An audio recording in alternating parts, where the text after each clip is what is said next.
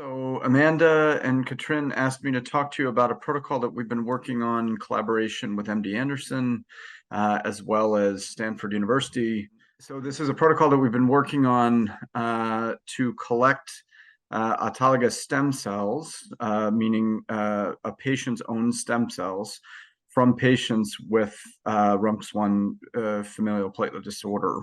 And I'll get into the whys of this in the next couple of slides. The disclosures that I have are on the left. A lot of my disclosures have to do with novel stem cell therapies, including gene therapy. And then the one disclaimer I want to make clear to everybody is that we do not yet have this protocol open, but we are actively working on opening it at a couple of centers such that this could be an option for you in 2024 at some point. And the story here really starts with the idea that we are now at the stage that gene therapy is here.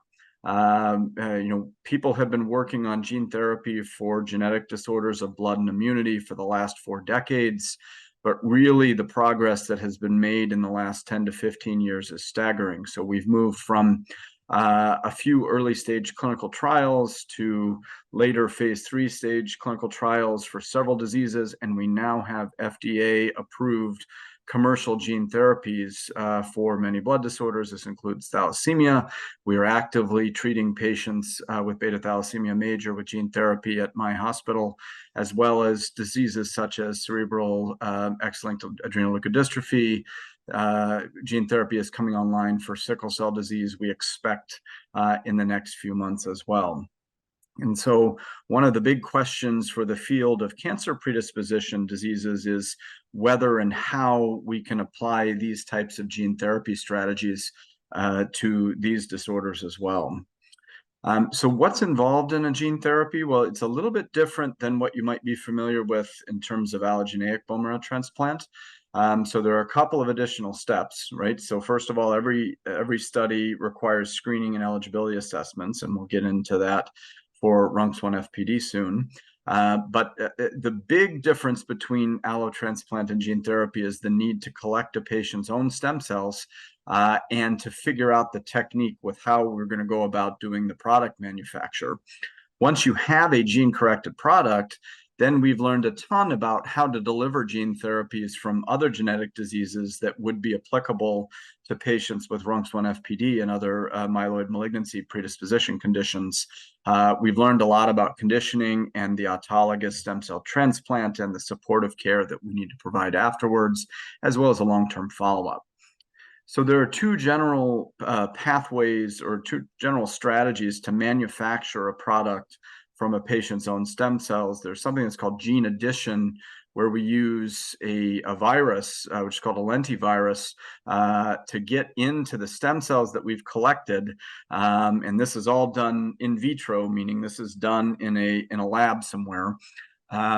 We get the cells into the stem, or we get the lentivirus into the stem cells, and this virus contains the gene of interest, right? So in the example of sickle cell disease, one of the proteins that makes up hemoglobin is what goes into the virus to help restore that defect. In the case of RUNX1 FPD, if you were to use gene addition, it would be a copy of a healthy copy of RUNX1. There is also something that's called gene editing. And this is something that you might have heard of, which uses nucleases such as CRISPR. That's the famous one at the moment, to go in and cut DNA at the site of interest and introduce the change that you're looking for. So to date, the technology has mostly been used to disrupt a gene that regulates the mutated gene in a patient, right? So the example of this in the hemoglobin diseases is it's used to cut a regulatory element of DNA that controls the switch of what type of hemoglobin is made. And so by making that cut, you go back to making baby hemoglobin or fetal hemoglobin, and that actually corrects much of the problem in patients who have the hemoglobin disorders, such as thalassemia or sickle cell disease. What we think would be needed for RUNX1 FPD and similar diseases requires a little bit higher fidelity, and this is essentially gene correction. So you go in and you cut the DNA specifically at the site of the mutation, and then you use something that's called homologous recombination, or a newer technology, something that's called base editing, to try to fix the mutation and restore it to a normal copy. Now, this can be challenging in diseases like RUNX1 FPD because different families have different mutations. And so how to design a gene editing that might be able to correct in one family, could potentially be very different from correcting the gene mutation in another family. And so, long and short, a ton of research is still needed to be able to make gene therapy a reality for patients with RUNX1 FPD. But another challenge that is different in these types of diseases compared to the ones where gene therapy has already been successfully applied is this issue around when do you need to collect the stem cells.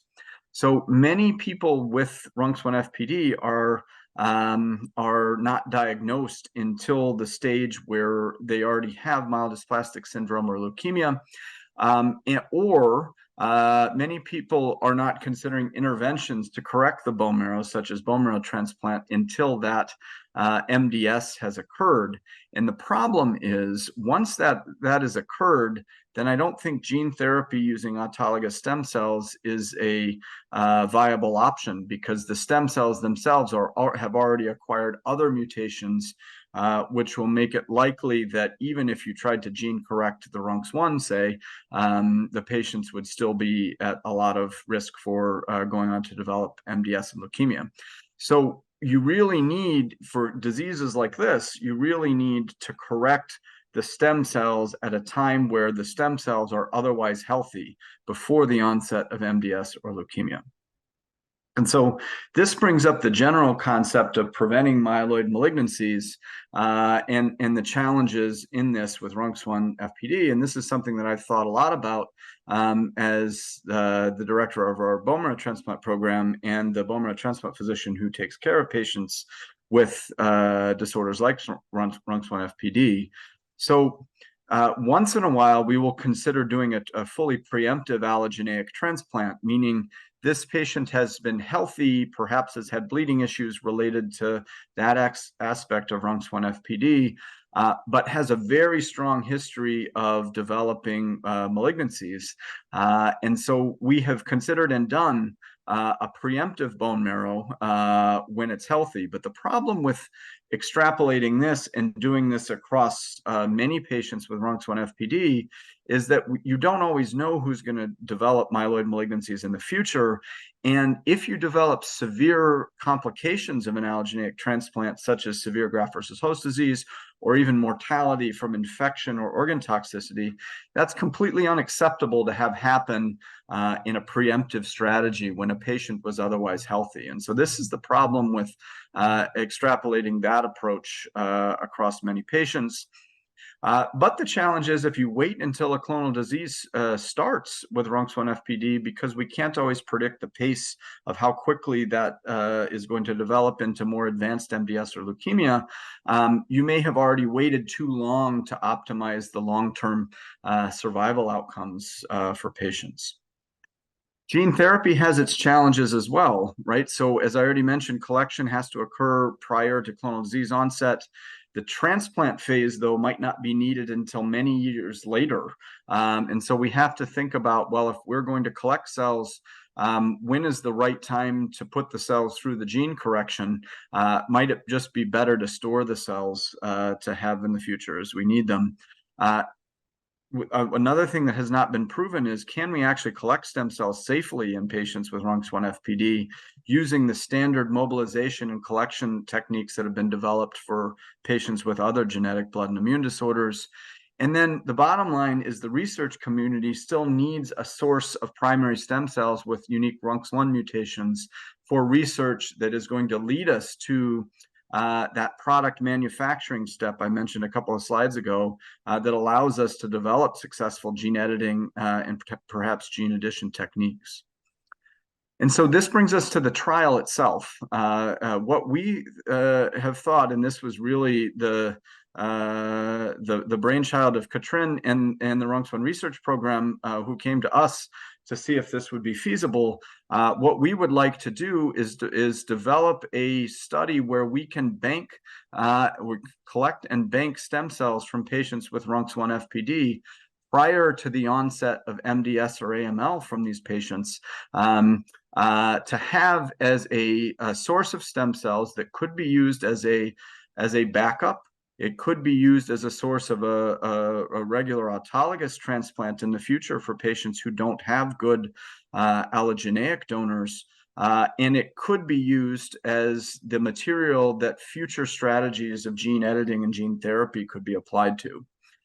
So this protocol has been developed in collaboration, as I already mentioned, with MD Anderson and Stanford, and a couple of my colleagues at CHOP Penn, Michelle Lambert, Nora Gibson as well. So the primary objective of the study is to evaluate the safety of harvesting stem cells in participants who have RUNX1 FPD. And so the major objective of this is to make sure that collecting stem cells from patients with RUNX1 FPD is safe. The secondary objective is to evaluate the feasibility of collecting the stem cells, right? So of the patients who sign up for this study, what number of patients are able to proceed to apheresis, and what number of patients are able to achieve targets of stem cell collection. And we'll talk about those targets on the next slide. And then how many days of collection does it require to meet those targets? So the goal is we're going to have up to 12 participants per site. We're going to start with patients over age 18. However, if we identify that it appears to be safe to collect these stem cells in the first few adults who participate in this study, we intend to lower the lower age of participation down to 12 years of age. The study duration in the phases are really 3 phases. So the screening phase is the 3 months prior to the collection. Then there is the actual collection phase, which is essentially up to about a week long, what we call mobilization and apheresis. And then there's going to be the longer term follow-up to make sure that within the first 2 years after participating in the stem cell collection, that having participated in the collection remains safe. So in the screening phase, we're going to do a number of assessments that would be familiar to any of you that have participated in research studies before. We're going to assess inclusion-exclusion criteria. We're going to do a physical exam, vital signs, and a few baseline studies. The big thing is we're going to try to piggyback the clinical routine bone marrow testing that patients may be undergoing annually with this screening phase bone marrow that we're going to do prior to participation. To be eligible, we do want patients to have a platelet count over 50,000 for the initiation of apheresis. We will consider enrollment for patients whose baseline platelet count is a little bit lower, but they may need a platelet transfusion prior to the collection just to make sure that the collection can be done safely without significant bleeding events. And then we do want patients to have a hemoglobin over 7.5 at baseline. Now, exclusion criteria, as I already mentioned, we're going to exclude patients who already have a diagnosis of MDS because we don't think it benefits them to have their stem cells collected. Now, many patients may have had detected on prior screening bone marrows some changes in the DNA of their bone marrow cells that doesn't meet the criteria for MDS, as is what we call clonal hematopoiesis. Whether patients who have this on their pre-screening bone marrow or have a history of this will be eligible is likely going to depend on what the specific genetic change is. And we will talk about this amongst our investigators as to whether to move forward with a patient such as that. The other things that would exclude patients from participation is if we really have no known method of being able to control bleeding, because again, we want this protocol to be safe for patients to undergo.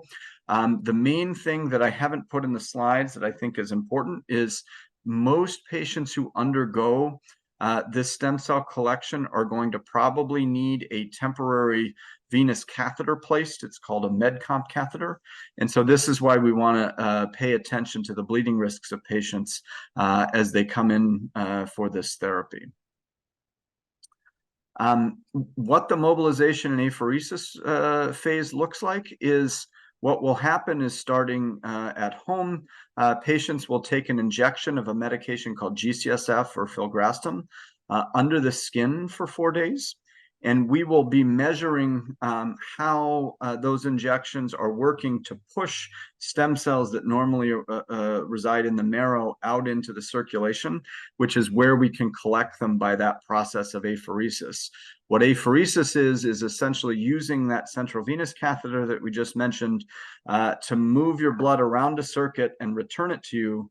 But in the middle of that circuit, there is a filtration step that allows us to pull out the stem cells. So the first 4 days are the mobilization with G-CSF. If we haven't gotten the stem cells to a high enough number in the blood, we, on the 5th day, where we also give another dose of G-CSF, we will give an additional medication called plerixafor on the same day. And on that 5th day is the day that we would hook up the participant to the circuit for several hours to try to collect the stem cells.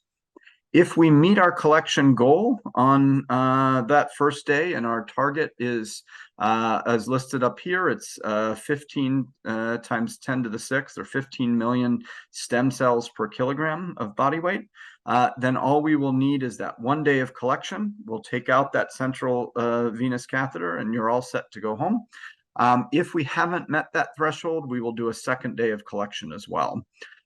What are we going to use the collected cells for? Well, the first bag that we collect is what we're going to describe as the unmanipulated autograft. So this is a relatively low number of stem cells that could be used for a couple of things in the future. One is this could serve as the backup cell population if there was a gene therapy protocol that was developed in the future.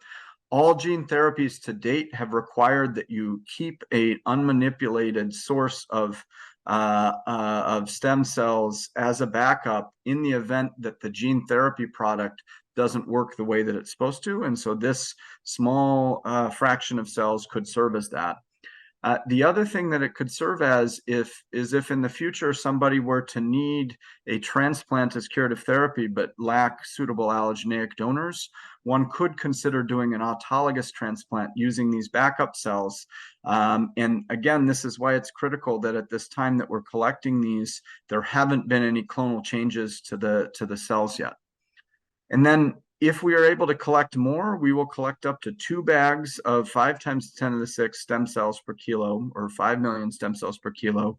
And these could be used in the future for a gene therapy protocol if a strategy is developed in the future. And then finally, additional stem cells that we collect will be sent out to RUNX1 FPD researchers to help try to develop the right techniques to apply gene therapy to these stem cells. Long-term follow-up will include bone marrow evaluations, which is very important. There will be 1 extra bone marrow evaluation for participating in this study. For those of you who are already undergoing annual screening, we are going to request that we do a bone marrow at 6 months. And because it's very important to us from a safety analysis perspective that collecting a patient's stem cells does not accelerate the process of DNA changes in the bone marrow. And that's why it's a very important safety assessment for us as well. The other safety analyses for the study are listed here: the proportion of patients who can complete mobilization, the proportion of patients who complete the apheresis, adverse events, lab values, and then certainly we think that the risk of mortality in going through this procedure should be incredibly, incredibly low, but we can't prove that until we conduct a study like this. And so that's the goal of conducting the study. And I think with that, I will stop and take questions. Just want to acknowledge our cell therapy and transplant section and all of the folks that have helped me from CHOP's end at getting this protocol ready to submit to our IRB and hopefully activate it in the next year. Thank you, Dr. Olson. I do see one question in the chat That's pretty specific to the individual. So I wonder if there are others who want to raise their hands. I'll give you a couple seconds. Well, I'll ask the question. So the question is, this person has a PIC line for meds and IV hydration and is wondering if they'll be able to participate. That's a great question. So unfortunately, a PIC line is not big enough and can't take the flow rates that are necessary for the apheresis procedure itself. So you need a bit of a stronger line than the PIC line. So now, once in a while, lines like a PIC line or a routine port can be used as the return in apheresis, and so that would have to be something that would be evaluated. But for the draw part of the line, when we put in a line, it usually has two lumens. One of them ends up being the draw, and the other ends up being the return. And the draw has to be a bit of a bigger line than the PIC line.